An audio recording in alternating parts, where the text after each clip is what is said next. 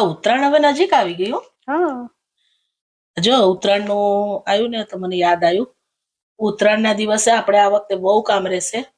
ઉત્તરાયણ ના દિવસે ગાયોને ઘાસ નાખવા જવાનું છે, પછી છોકરાઓને ઝુંપડપટ્ટીમાં જમાડવા જવા છે, ઘરે બધા મહેમાનોને આડોશી પાડોશીને બધાને બોલાવીને જમાડવા, જેટલું પુણ્ય થાય ને એટલું બધું પુણ્ય કરવાનું છે ઉત્તરાયણ ના દિવસે. બધું એક જ દિવસે?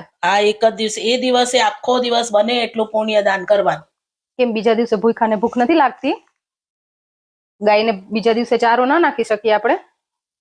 મારા સાસુએ મારા મમ્મીએ તો અત્યાર સુધી મને એવું શીખવાડ્યું છે કે ઉત્તરાયણના દિવસે બને એટલું પુણ્ય કરવાનું. તો હું તો ઉત્તરાયણના દિવસે આટલા વર્ષથી આમ જ કરતી આવું છું. હા ઈ કરીએ, પણ બધા દિવસો સરખા હોય?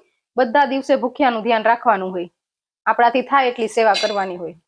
એ વાત તારી તો સાચી, આખું વર્ષ એને ભૂખ તો લાગતી જ હોય ને. જો અમારા સાસુએ ને અમારા મમ્મીએ આવું શીખવાડ્યું.